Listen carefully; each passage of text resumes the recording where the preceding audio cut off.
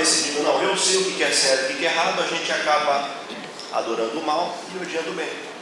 E essa é uma verdade. É lógico, as duas principais instituições que Deus deixou são as duas principais que o inimigo acaba atacando: o casamento e o sábado.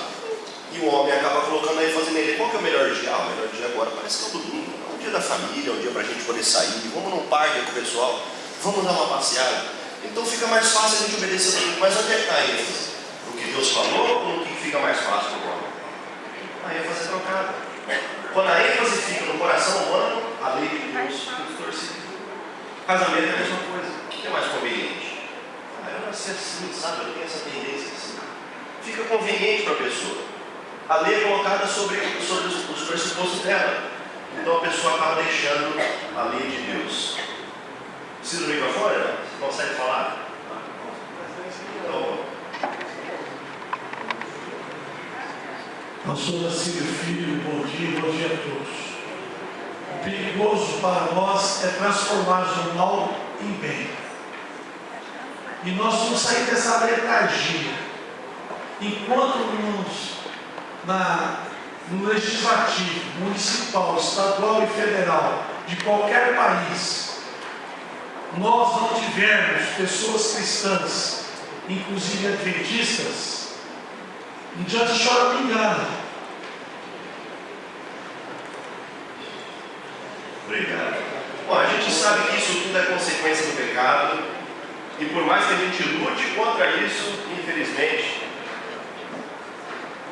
é sinal de que é o fim dos tempos, né? Não tem muito, a gente não pode ter muita esperança nesse mundo aqui. Mesmo a gente tendo algumas esperanças de mudança, algumas esperanças de melhora, as coisas vão piorar. Mas a mensagem de Deus é clara: a gente precisa ter definidamente o que é certo e o que é errado. Quando a gente sabe o que é certo, a gente precisa amar o certo. Quando a gente define o que é errado, a gente precisa deixar o errado. E quando a ênfase é colocada em cima do que eu penso, aquilo que é conveniente para mim, as coisas acabam ficando confusas.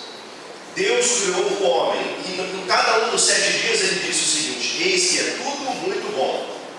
E aquilo era o certo, o que ele fez. A hora que a Eva olhou para o fruto e falou: não, eu acho que aquilo é bom para me dar entendimento, a ênfase foi colocada em cima dela.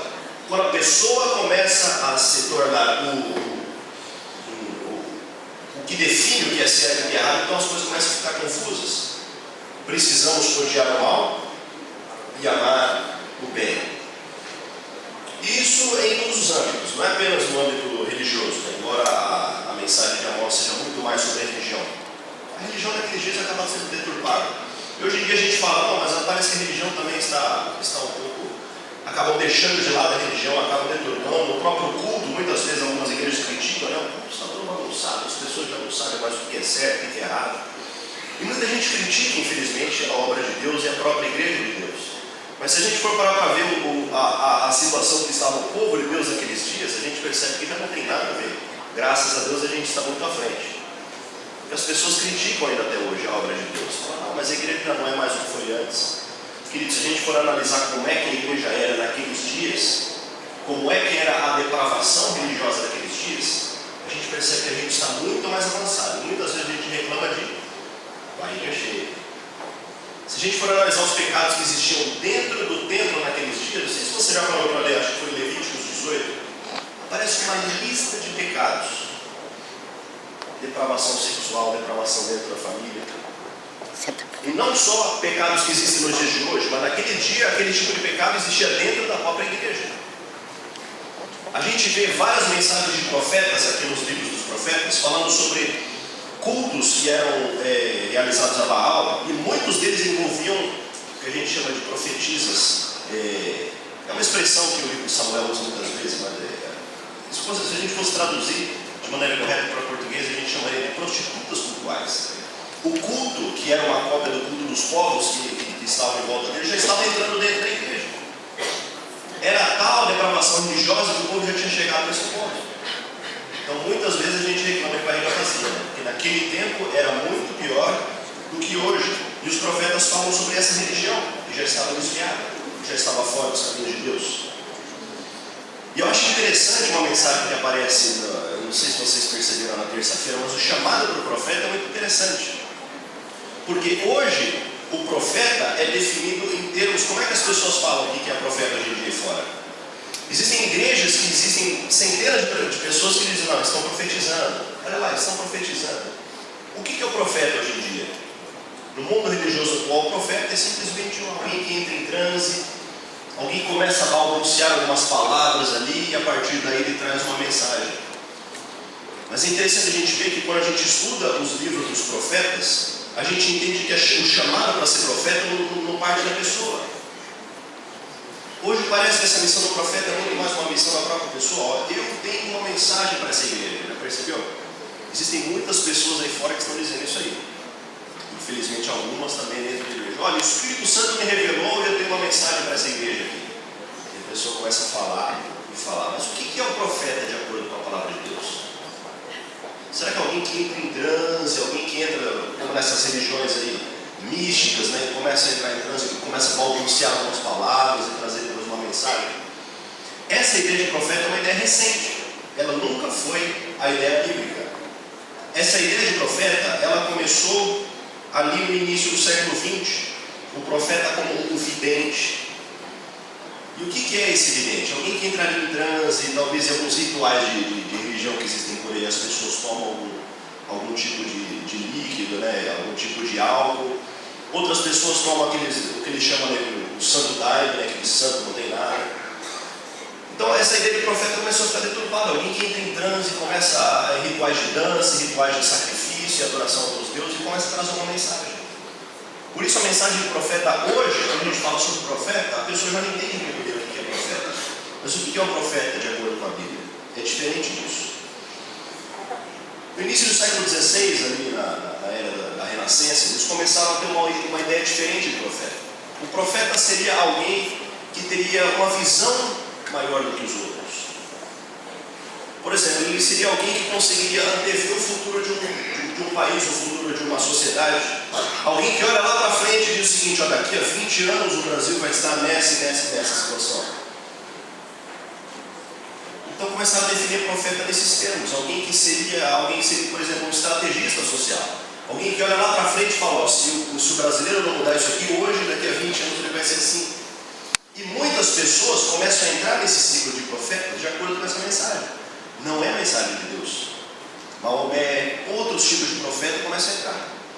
Não que ele tenha uma mensagem vinda de Deus, mas ele é alguém que tem uma visão espiritual mais de maior alcance. Alguém que consegue enxergar lá na frente e ver o que vai ser o futuro do povo. Mas essa não é a mensagem da Bíblia. O que é a mensagem da Bíblia de acordo com os livros proféticos? E Amós é um dos que recebeu esse chamado. De acordo com a Bíblia, o profeta é o mensageiro de Deus. De acordo com a palavra de Deus, a mensagem não é dele. E quando a gente estuda os livros dos profetas, a gente entende que existe uma fórmula. Toda vez que o profeta usa para trazer sua mensagem, você já percebeu?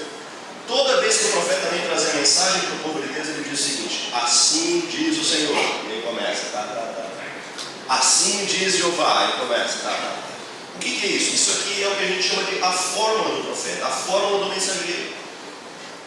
E essa fórmula nada mais é do que a autoridade. Ele está querendo dizer o seguinte: essa mensagem que eu estou trazendo para vocês, a mensagem não é minha. Não é eu que entrei em transe e comecei a entrar no ritual de adivinhação e estou trazendo uma mensagem para vocês. Não é o profeta que está olhando lá na frente, olhando daqui a 20, 30, 50 anos, vai acontecer o seguinte. Não, é o profeta que recebe uma mensagem de Deus. Amós recebeu mensagem de Deus. E vocês viram lá no capítulo 7. Ele diz: ó, eu não sou profeta, eu não sou filho de profeta, eu sou um boieiro. Quem que é um boieiro, né? Se fosse talvez nos dias de hoje, talvez Amós estivesse ali no meio do que passasse por barreiras e tal, né? Porque ele era um vaqueiro, o negócio dele era esse. No começo do livro diz ele era um pastor, mas lá no final do livro diz: não, eu sou um boieiro, eu sou um vaqueiro. Eu não sou profeta, não estou trazendo uma mensagem minha aqui. O profeta traz uma mensagem que é uma mensagem de Deus. E aí é que está a autoridade da sua mensagem. O profeta então é o mensageiro de Deus nos dias dos homens. Uma das mensagens muito interessantes que a gente vê também no livro de Amós é que Deus disse que enviaria um tipo de fome muito grande no povo de Deus. Que tipo de fome que era essa? Seria fome do quê? Fome espiritual? Mas como assim fome espiritual? Ouvir a palavra de Deus. Mas o que significa isso aí?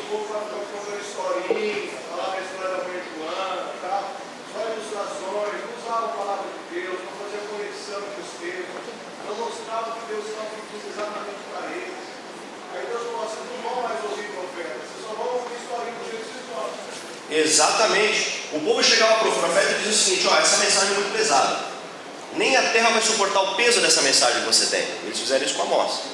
Isso é o seguinte: ó, volta lá para a sua terra, que Amós era de Judá, não era de Israel. Amós era da terra lá no sul. Ó, volta lá na sua terra e vai profetizar para lá. Por isso que Amós disse: não, mas eu não sou profeta, eu não sou nem filho de profeta.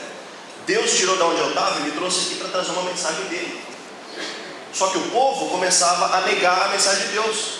Não, essa mensagem é muito pesada. Como é que você vem aqui falar sobre o nosso rei? Como é que você vem aqui falar contra o nosso templo? Contra o nosso sistema de adoração? Como é que você vem falar contra o nosso povo? Volta lá para a sua terra.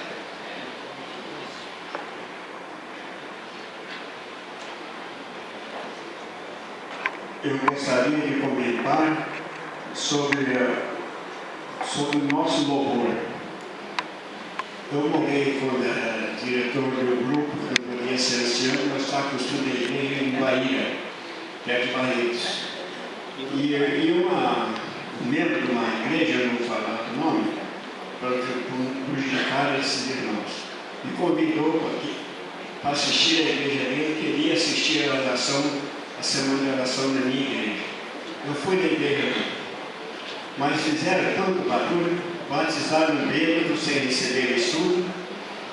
O jipe da polícia tinha o nome de quero pintado de preto e branco. A polícia baixou na porta dessa igreja: o que está acontecendo? E é incêndio, o que é? Disse: não, nós recebemos o Espírito Santo. Aí o policial falou para o diácono: fala para o Espírito Santo de vocês vir mais manso, porque está prejudicando os vizinhos e está fazendo muito barulho. Então, os louvores e os cantos, se tiver obediência a Deus, diz o profeta, que não tem valor nenhum. Então, o nosso louvor para o nosso Deus tem que ser em conformidade com a nossa obediência, louvar a Deus, mas com sinceridade e obedecer os seus princípios. Obrigado, irmão. E a gente percebe que a adoração naqueles dias estava totalmente fora dos trilhos, né? É algo que de vez em quando acontece aqui. A gente tem que ir a falar sobre isso. Mas de vez em quando acontece, e o povo acaba deixando a adoração verdadeira. Naquele tempo estava assim, não só eles estavam fazendo a adoração de maneira errada, eles estavam negando já a palavra de Deus. Não vem com essa mensagem de Deus, aqui a gente não vai suportar esse tipo de mensagem. E eles acabaram negando a mensagem do profeta Amós. Por isso Deus diz o seguinte: então vai ter dias que vocês já não querem ouvir minha palavra hoje, mas vai ter dias que eu vou mandar fome sobre esse povo. Só que não é fome naquele arroz e feijão que você tem, é fome do quê? A palavra de Deus. E não é que as pessoas vão para um lado e para o outro e não vão encontrar a Bíblia, né? E hoje, às vezes, a gente aplica esse texto para o fim dos dias, dizendo: o pessoal vai correr atrás de um lado e do outro, procurando a palavra de Deus, não vai encontrar. Mas a Bíblia já está em tantos lugares hoje, a Bíblia já está na internet, a gente já carrega no bolso, já vem PDF de tantas maneiras, e a palavra de Deus existe. Mas o que o profeta está falando? Vocês vão ter uma fome de ouvir a palavra de Deus para vocês presente. Deus enviando uma palavra para vocês, uma mensagem na hora. Isso aí, vão haver dias aqui na frente que vocês já não vão ouvir mais. Não vão mais ouvir a palavra de Deus. Deixaram passar a oportunidade. E esse é o pior tipo de fome que existe. Adianta eu estar embaixo da chuva e não sei qual é a vontade de Deus comigo? Adianta eu ter tudo, ter uma casa boa, um carro bom, se eu estou negando a mensagem profética que Deus está mandando para mim hoje? Queridos, existem dias em que Deus parece que silencia. Não existe dor pior para o povo de Deus quando Deus silencia a sua voz. Nos dias de Cristo, antes de Jesus vir, parecia que haviam centenas de anos, por séculos, Jesus havia silenciado, Deus havia silenciado a voz profética. E um dia apareceu João Batista de novo, da mesma forma do profeta, usando as roupas do profeta. Queridos, o pior tipo de fome que existe é quando o povo de Deus nega a mensagem profética. E infelizmente isso tem entrado dentro da igreja de Deus. Nós acreditamos que nós temos um profeta atual. E como igreja remanescente, como igreja adventista do sétimo dia, nós acreditamos que temos uma mensagem presente que deve ser pregada. Infelizmente algumas pessoas também rejeitam essas mensagens. Parece que querem escolher: não, eu prefiro ficar com essas mensagens aqui, que elas ali não, eu vou esconder. Acabam selecionando da mensagem de Deus aquilo que elas gostam de ouvir. E desse jeito eles estão fazendo a mesma coisa que fizeram os reis nos dias de Amós. Quer dizer o seguinte: não, o profeta de Deus, não, aqui não. A gente gosta dessa mensagem, mas essa aqui que você está trazendo, não. Então as pessoas acabam hoje também negando a voz profética. E essas Deus também vai enviar um tipo de fome. Não fome da barriga, mas uma fome de ouvir a palavra de Deus. E para essas pessoas Deus parece que se silencia. Por quê? Não porque Ele não queira falar, mas porque quando Ele fala, as pessoas simplesmente negam. Queridos, não existe fome pior do que essa. Né? Mas a mensagem do profeta Amós não termina aí. Até o final da semana a gente pôde observar, a gente pôde estudar uma mensagem de restauração de Deus. Mesmo embora a ênfase de Amós seja no pecado do povo, Amós traz uma mensagem de esperança, uma mensagem de restauração. A ênfase de Amós é na situação atual do povo. Só que ele também diz o seguinte: lá na frente, Deus vai poder restaurar o seu povo. Não existe mensagem maior, né? Não existe uma mensagem maior, de melhor esperança do que essa. Deus queria restaurar o seu povo. O profeta se volta contra essas mensagens atuais daqueles dias. O profeta se volta contra os sistemas de culto daqueles dias. O profeta se volta contra aquela rebelião que o povo tinha contra Deus naqueles dias. Mas ele diz o seguinte: ó, se vocês mudarem o seu curso, se vocês aceitarem essa mensagem de arrependimento, lá na frente Deus vai restaurar esse povo. Deus vai restaurar o templo, Deus vai restaurar o santuário, Deus vai restaurar o seu povo como era antes. Qual que é o cumprimento final das promessas de Amós sobre a restauração do povo de Deus? O Novo Testamento apresenta. Infelizmente, o povo daqueles dias acabou recusando a mensagem de Deus. E foi assim até o fim. Parece que os judeus simplesmente recusaram tudo aquilo que eles esperavam na figura do Messias. Quando chegou o Messias, eles parecem que negaram. Queridos, qual que é a promessa de Deus para Israel? A promessa de Deus para Israel vai se cumprir de maneira literal. Mesmo embora o povo tenha rejeitado naqueles dias, do jeito que rejeitou Amós, a promessa de Deus vai se cumprir com o povo que permanecer fiel. O povo que aceitar a mensagem dele. Por isso, qual é o apelo da mensagem de Amós? Aceite a correção divina. Mesmo embora a ênfase de Amós seja ainda sobre o pecado, você tem que aceitar o apelo divino.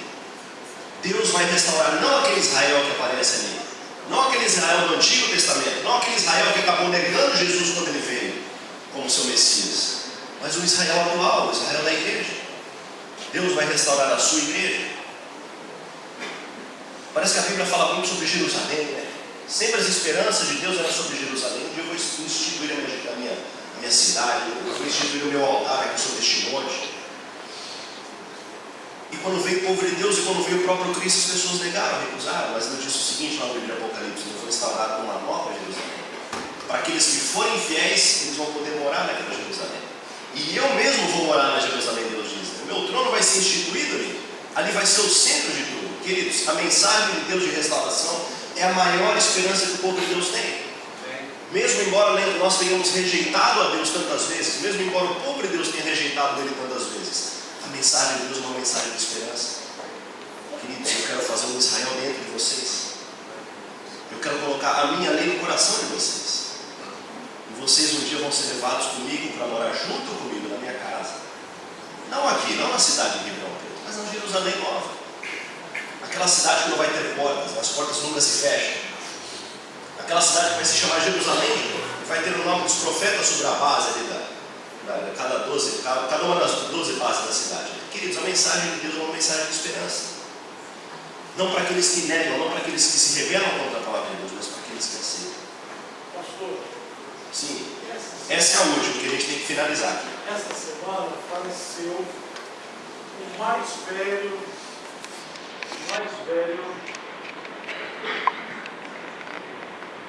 judeu, nascido na Áustria com 7 anos. Durante a Segunda Guerra Mundial ele participou ele foi preso e esteve em 3 campos de concentração. A fé dele não é total luz como nós temos. Ela era testemunha de Jeová. Não negou o que cria, foi firme, não foi morto, trabalhou como escravo e viveu até os 107 anos. É um exemplo de firmeza cristã que ele cria para cada um de nós. Morreu essa semana aos 107 anos. Olha só, chegar ao 80, 90 hoje já é difícil, né? Queridos, a mensagem de Deus, o apelo de Deus é um só: permaneça fiel à mensagem de Deus. Permaneça fiel aos apelos que Deus faz ao seu povo. Mesmo embora nós vivamos em pecado hoje, nós precisamos mudar muita coisa. Mas embora eu viva em pecado, eu preciso mudar muita coisa. O apelo de Deus é o seguinte: siga a minha palavra e um dia eu vou restaurar você. Um dia eu vou restaurar Israel, um dia eu vou restaurar a Nova Jerusalém. Queridos, você acredita nessa mensagem? Você aceita essa mensagem? A nossa ênfase também não é no pecado, como a Amós tinha. A nossa ênfase é na ênfase da restauração. A nossa ênfase é na ênfase da esperança. Um dia Deus vai restaurar o seu povo. Mas quem que é o seu povo? São aqueles para que o profeta pregava? Não. É eu que estou ouvindo hoje, é você que está ouvindo hoje. Queridos, que essa fome que Deus vai mandar sobre o povo nunca chegue na nossa casa, nunca chegue na nossa vida. Que nós a cada dia, todas as manhãs, precisamos estar em contato com a palavra de Deus. Precisamos estar em contato com a mensagem que Deus nos dá. Que os profetas de Deus possam falar a nós todos os dias. Que a gente aceite essa mensagem de repreensão, essa mensagem que tem autoridade divina, não é a mensagem do profeta, é a mensagem de Deus. E que a gente aceite essa mensagem de restauração. Você acredita assim? Deus seja louvado. Que Deus abençoe você e que você possa, no seu estudo diário da Bíblia, entender as mensagens que Deus tem preparado para o seu povo. Não só naqueles dias, mas também para o nosso coração hoje. E que da mesma maneira que Deus queria restaurar Israel, restaurar a Deus também restaurar em você. Deus restaura em você um novo Israel. Deus seja louvado. Amém.